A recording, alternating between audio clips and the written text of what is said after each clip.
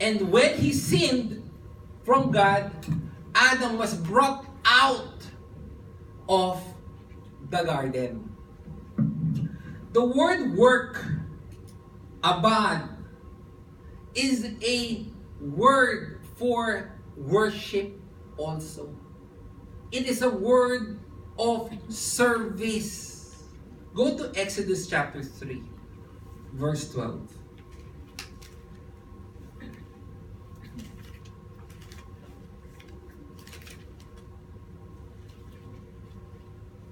Exodus chapter 3 verse 12 says, "And he said, Certainly I will be with you, and this shall be the signs to you that it is I who have sent you." This is when Jesus brought them out, right? "When you have brought the people out of Egypt, you shall what? Worship God at this mountain." The word worship there is what? Abad. The same word of cultivate. You know, when the thing is, when you translate it into English, you know, the word is still abad. The interpreter lang just said, no, I'm going to say cultivate because it is in a garden. But here, you have been brought out of Egypt, you shall what? Worship abad God at this mountain. You shall serve Him at this mountain. Go to Numbers chapter 3, please.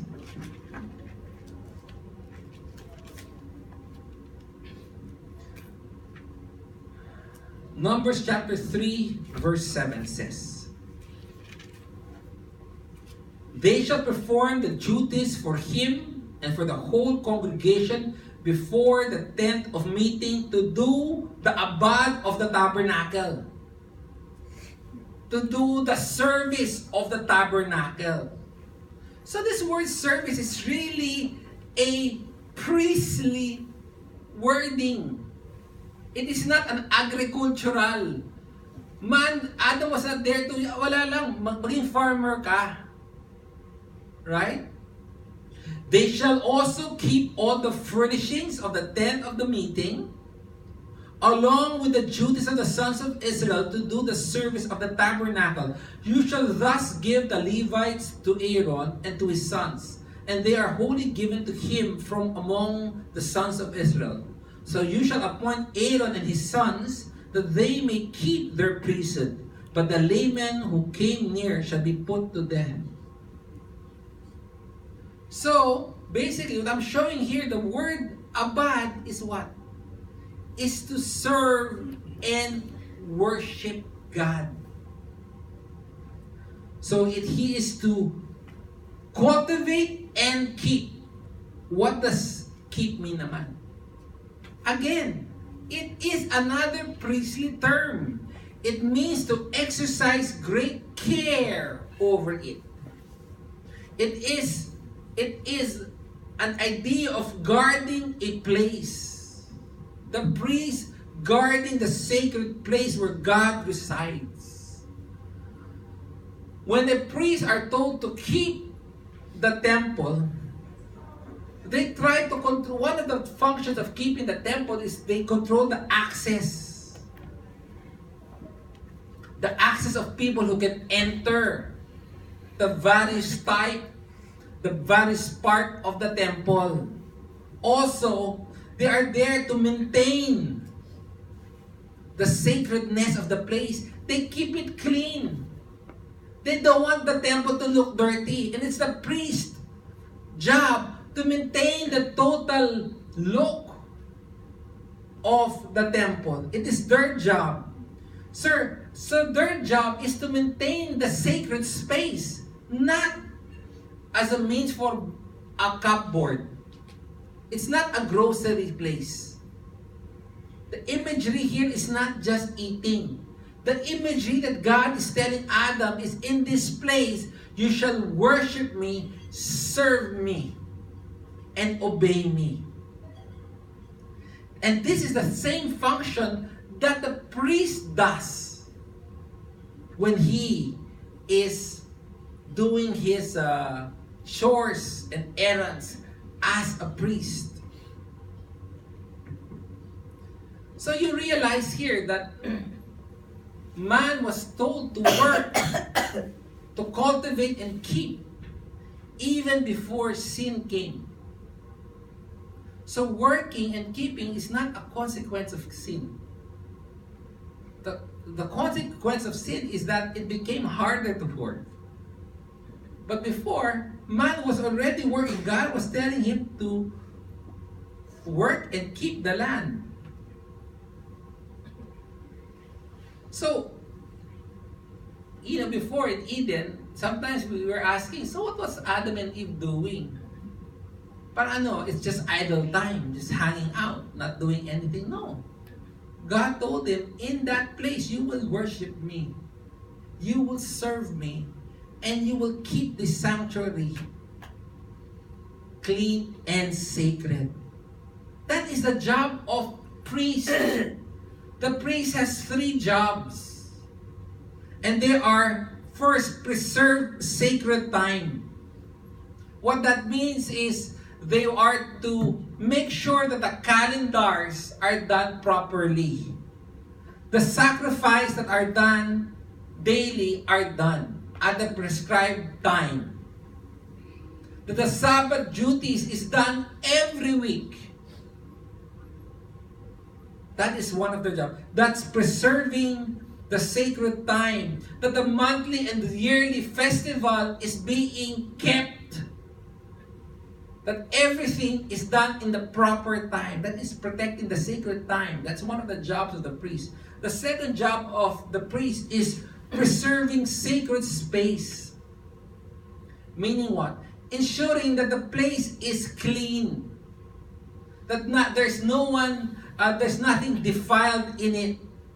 Then you have to maintain the place to be sacred and pure and pristine. It's like going to a physical church and it's so dirty, diba?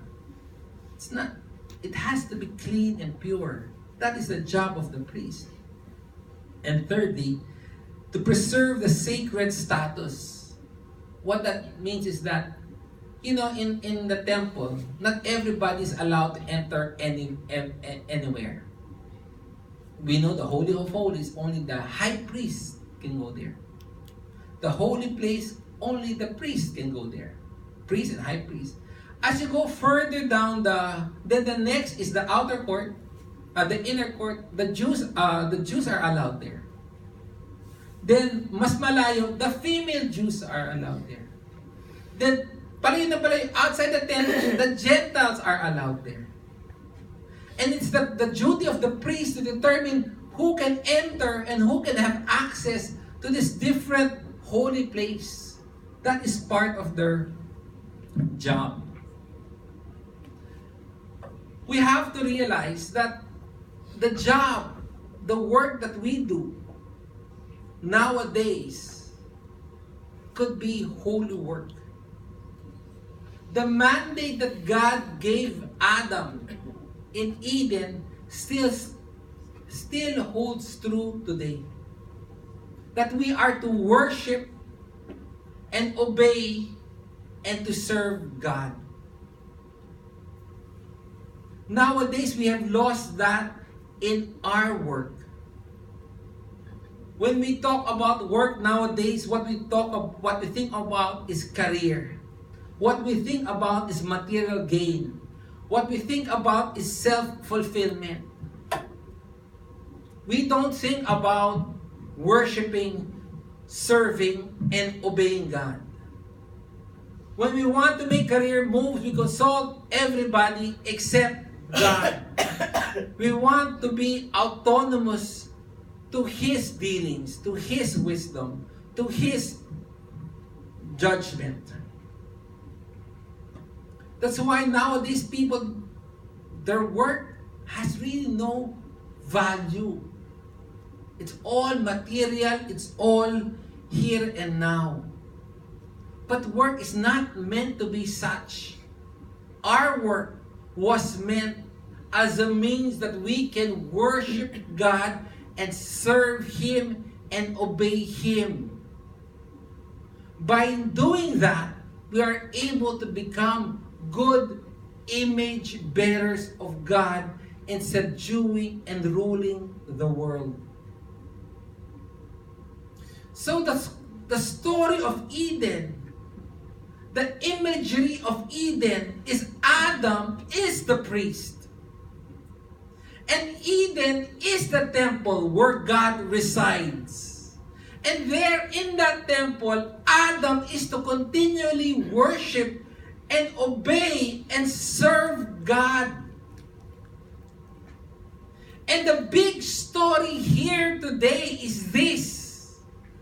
As Adam is the priest in the Garden of Eden then, the Bible tells us now that you are the priest. Oh. Go to 1 Peter chapter 2, verse 9.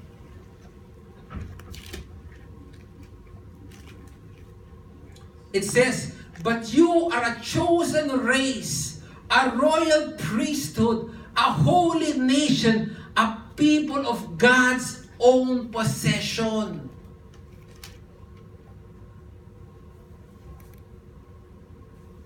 And as much as Adam is the priest then, and we are the priests now, and as much as Eden was the temple of God then in the sacred place where God resides, the temple of God right now is your body.